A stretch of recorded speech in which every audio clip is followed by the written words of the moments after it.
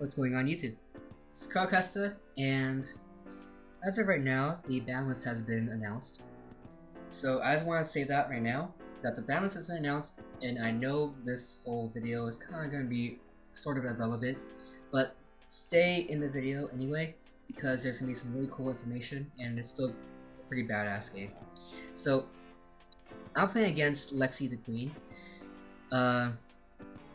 She's playing Kaijus right now, and she has another deck called Carebears from Hell. What I'm playing is called prizecard.deck, and later on you'll be seeing me playing with Clownblade that I made a while back.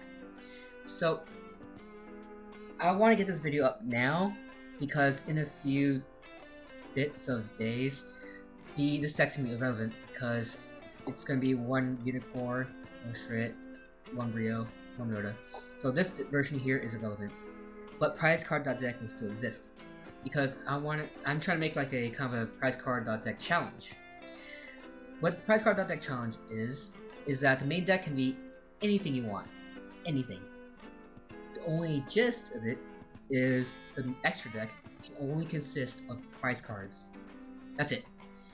Prize cards and cards that exist in order to further the advancement of the deck's ability to get the prize cards onto the field. So like say you're playing with Necro's prizecard.deck version, then you can play Hair of Rainbow Light because you need it for the deck to function. And you're allowed to play like cards like Norden, whose only function is to bring out prize cards.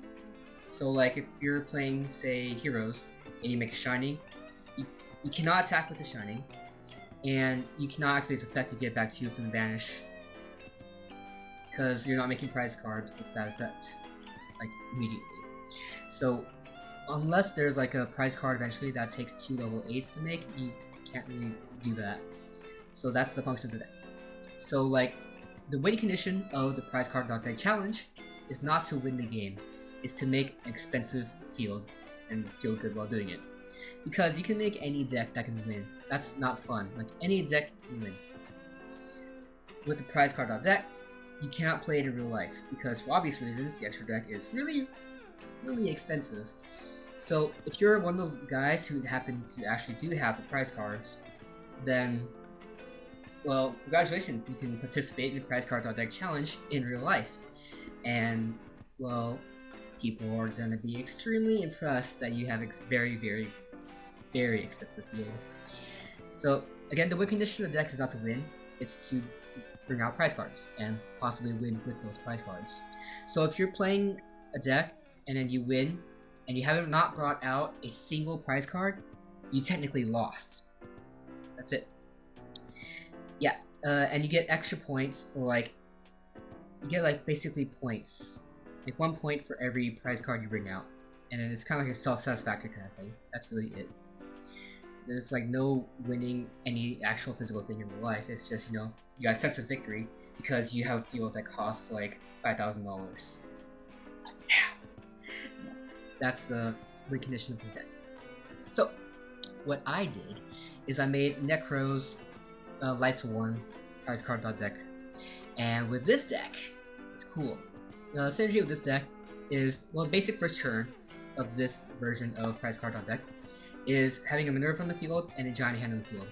With Minerva, you can mill Necro's cards, like, say for example, Sorcerer or Shrit, and then like some mirrors, whatever. And then obviously the Lightsworns you draw off of. Then you use those like Lightsworns and such to like banish and stuff. And yeah, and then you got the obvious Clowns and the Unicorns to make your prize cards. And yeah, I'll get more into that later, but for now let's switch commentary on towards this game, Clownblade versus Carebears from Hell. So this Clownblade deck I made with a long time ago, as you can see with the deck profile, and therefore this video was actually kind of sort of a bit old. So obviously there's a superior version of a way to play Clownblade because of the YCS Dallas playing, and that is indeed the superior version. Because back when I made that, I wasn't really making the deck with the mentality of like being the most optimal way to build Clownblade. It was just a way to play Clownblade. It's a creative way, and it's a fun way, and that's the mentality I made when I created my version of Clownblade back in the day. So yeah, if that's why you're not gonna see exactly the best deck version of Clownblade. As for Lexi's deck, Carebears from Hell, it's a really fun deck. I like it a lot. It's very creative, and I think it's got some really good potential once all the cards are out in real life. With Clownblade, with Carebears from Hell. Carebears from Hell, what it does is you have the Toy Vendor. The Toy Vendor is basically the heart and soul of the deck. With it, you can draw. When you discard your like EAs or your graveyard monster effects, and you draw a card and you special, and then you make Dante eventually to mill some more graveyard effect cards, and then you do some basic base stuff in there, and you have your rank 6s with Nally and Sulkius, which we'll see later. Sulkius, which again will trigger your BA effects and your graveyard fluffle effects, and you make rank 6s. I think you can make Beatrice with those 2 level 6s too. I'm not sure, but if you can, it's still awesome. But generally, Lexi makes a Bouncer or a Gauntlet Launcher because you can just make Beatrice with Dante, and then that stuff is really cool. So, Lexi's playing a really cool deck. I like it a lot, and I really like decks that like fuses engines together. And it seems like the Fluffle Toy Vendor engine is a relatively splashable engine. I've seen a couple people use it, and it's really cool. Yeah. And I think you can also make the Dante fusion with the poly that you can get with the Fluffles itself. So there's more synergy with there. Like the Fluffle to get the poly, and the poly fuses the BAs to get the fusion Dante. And you can make the fusion Dante with Beatrice once Beatrice dies. So this deck has a lot of synergy, and that's one thing I like a lot about it. Oh yeah, and really power card that the opponent plays is Shuffle Reborn. Shuffle Reborn is basically a monster reborn that the monster leaves like later in life, but you generally exceed the monster anyway, so that part's irrelevant. And then the graveyard effect too. You can banish Shuffle Reborn from the graveyard to bounce 1 monster in the field back to the deck to draw a card. I believe that's what it is. I can't remember exactly, like, I'm pretty sure that's what it is. I'm gonna need eventually it's gonna pop up on the screen up here so I can read it for you guys, or you can just pause it right there. There's Beatrice. Yeah, I'm not really like 100,000% familiar with like the OCG cards, because I generally play in the TCG section of DN. Yeah, we continue on with the game. So, I think I'll lose this game here because I drew 3 Galaxy Cyclones and I can't use any of them versus Lexi's deck because Lexi doesn't play any set cards, and the only spell trap that she plays is Toy Vendor, and if I pop Toy Vendor, then Toy Vendor is a floater, so if it gets popped, you get a search off Fluffle. So it's not exactly the best card to play. And yeah, that's why I think Galaxy Cyclone is better off as a side deck card. However, due to the new ban list killing Necros essentially, I think back row hate cards are going to make a comeback. There's Shuffle Reborn doing its cool business right there. But yeah, Galaxy Cyclone could see a spot in the main deck now, so that'd be cool. Because back row list decks are now not going to be as relevant with Necros being, I don't want to say dead, but not as close as it used to be. Yeah, here's a rank 6 action going on right there. So I take a lot of damage. I'm not sure if it okay, so I want to reiterate, because like in a few seconds it's about to happen, that I play... No, wait, never mind, not a few seconds. It's gonna be a different game. Okay, I want to say it anyway. I play on autopilot when I'm playing with opponents. Like, straight up, oh look, here's a card. It does this thing. I'm gonna do it. There's probably like a more optimal play somewhere like after that or before that. But yeah. So people often say that I'm a bad player, and well, I'm not gonna say I'm not a bad player. I just say that I play on autopilot more often than I do play. Oh yes, here it is. Here's what I mean. Ptolemy's. It got banished by Farfa. So I should have brought back Potamius back onto the field at the end phase. I didn't, because again I'm playing on autopilot. I'm not really thinking on anything. So here's where I lost. If I did bring Potamius back onto the field, then I would have been able to survive that turn. And next turn I probably could have made a comeback, but I didn't. So that's why I lost. Anyway, so here is prize card.deck again.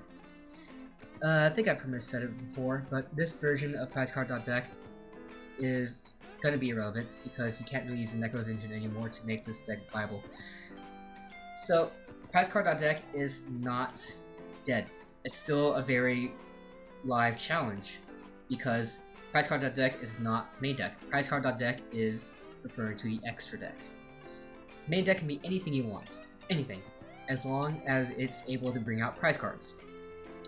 More optimally, prize card.deck that can bring out all the prize cards, and I'm only speaking about the Konami prize cards. So I'm not talking about Dark Lords, because otherwise you're gonna have to play Dark Lords. You can if you want, but you know it's more consistent to play with just the more recent ones because they only exist in the extra deck.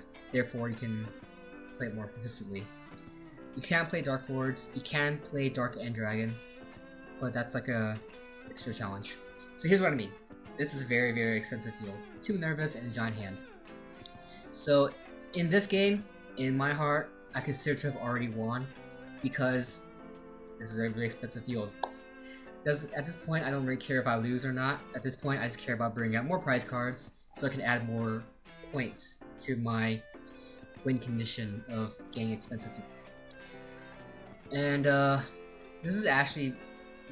Alright, in a few seconds you're about to see it, but hold on.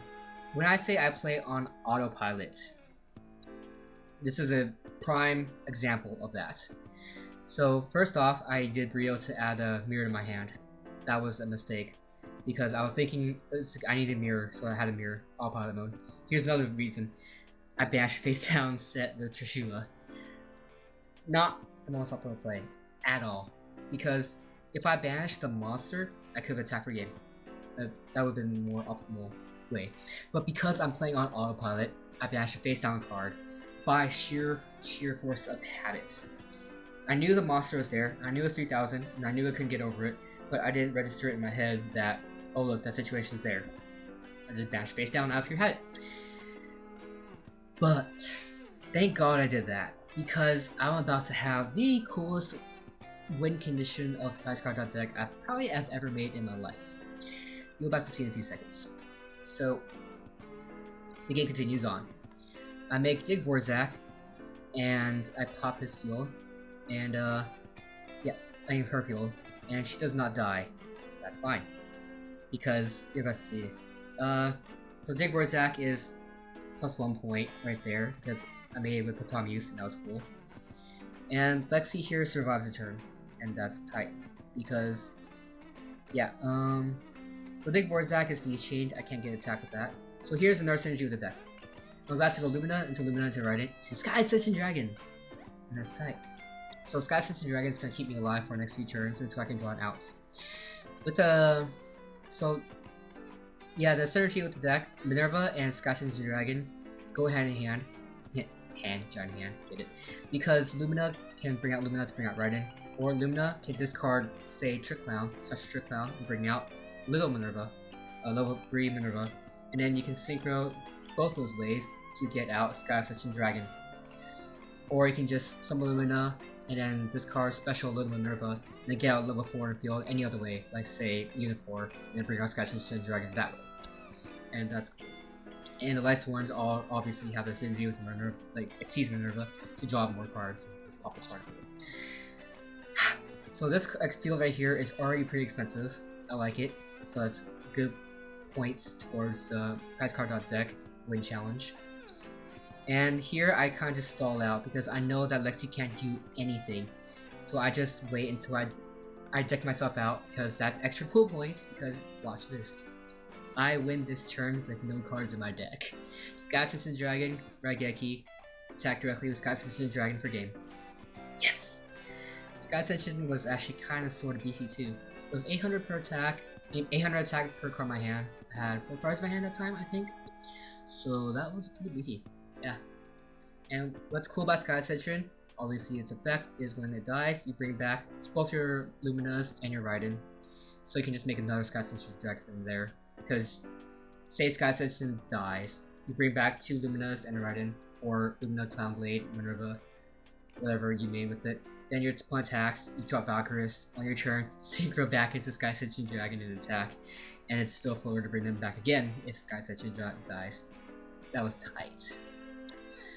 So the prize card.deck Necros variant is really good variant to make a prize card.deck with. So it's a good like starting point for if you want to get familiar with how to make a prize card.deck challenge. If you guys want to do it, I really implore you to do it. This is really fun challenge. I made the challenge because whenever I play on DN and whenever the opponent brings out a Minerva or Giant Hand, this part of me in my back of my head is like, ugh, I bet this guy doesn't even have this card in real life. It's so annoying that I'm gonna get Giant Handed over Minerva. I'm gonna lose because of it, because the opponent's playing cards that are too expensive for anybody to form in real life. So I decided to be a hypocrite and just go full throttle and just made an entire deck based off of prize cards. My very first variant I ever made prize card.deck with was Clownblade, and I didn't like it as much, and I just went on with Necros. There we go. Okay, I think I'm going to make another video later in life explaining more on the prize card challenge.deck, because I really want it to be an actual thing, like Go format.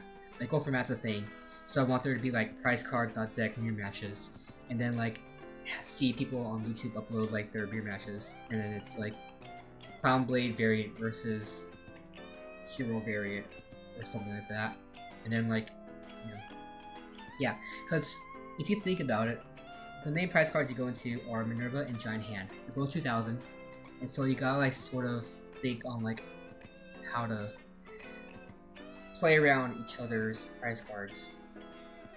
And then yeah, it's really fun. I like it. I'm not sure if anyone's actually gonna try it, but I really would like it if like it's an actual thing.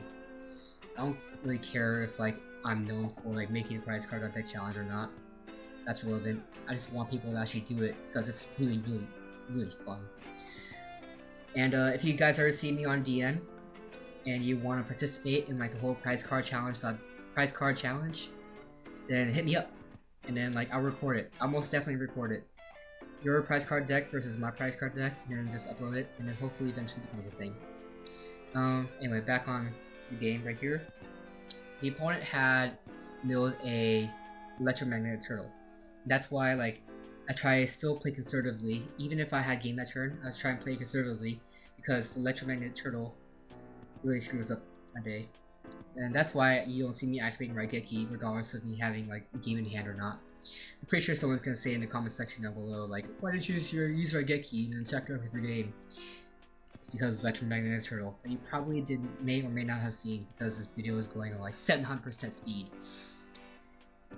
Ooh, okay. So yeah, here's where I misplayed big time. I should have played a turn that allowed me to make my monsters all go into defense mode, or at least not die. Because I knew Lexi was playing a level 3 spam deck, a rate 3 spam deck. So an Ascalon was going to come anytime around the corner. So any attack on a Castell would kill me. So I probably should have played the turn a lot better, but again, I'm playing on autopilot mode. And again, you see here, the optimal play would have been to bounce back Sulcius, but bounce that back Melee, because I assumed that Lexi had more Melee targets in the deck. I was wrong.